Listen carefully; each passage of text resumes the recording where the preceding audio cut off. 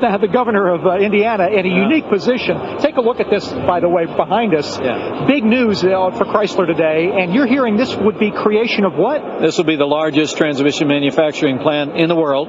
Be right here in Indiana, and it's just proving once again when it comes to manufacturing, Indiana's open for business. That is big news, particularly since you took over as in the State House. I got to ask you, though, you voted for sequester. You're in a unique position now. A state governor who was in the Congress when the sequester was approved. Right. The White House says you're going to get, well, first of all, did you ever think it would come to this?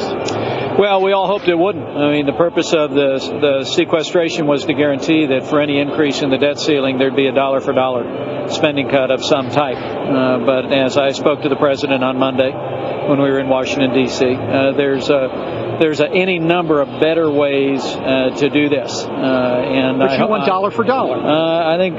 Look, $16 trillion and more of national debt. It's important that Washington, D.C. take steps to put our fiscal house in order.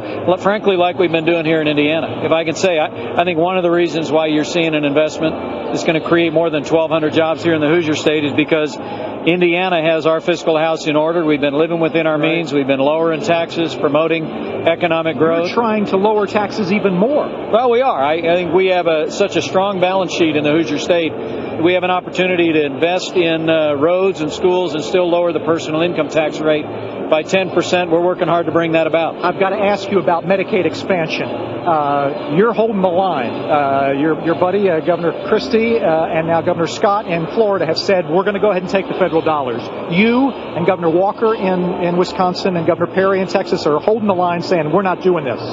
Tell me why. Well, let me just say, I really believe that that Medicaid is a deeply flawed system in its traditional format. And while we're going to make sure that everyone who's eligible to be enrolled is covered, that could be some 90,000 additional Hoosiers, we are not pursuing an expansion of traditional Medicaid. It's going to cost you hundreds of millions of dollars. Well, there's no question.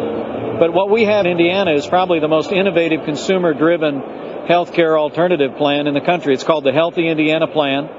What we've said to Washington, D.C. is, look, we're not interested in expanding traditional Medicaid in the Hoosier State, but we are seeking the opportunity to renew our Healthy Indiana plan and make any discussion of expanding Medicaid predicated on being able to do it in a way that's innovative, in a way that is consumer-driven, and in a way that really helps people move to primary care and preventive medicine. Real quick, before we get away on sequester, the White House says it's going to cost your state $42 million to sequester if it goes through.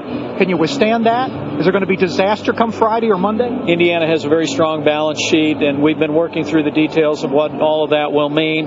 The administration has said that they're looking to mitigate that. But look, this is a great day for Indiana. As we talk about public systems and public funding, the real cure for what ails this country is more jobs. And here in Indiana, we're celebrating 1,250 new jobs coming to the Hoosier State. And I want America to know Indiana's open for business. Your buddy Speaker Boehner's coming out. We're going to let you go. Thanks, Governor. Appreciate it very much. Governor Mike Pence. Folks.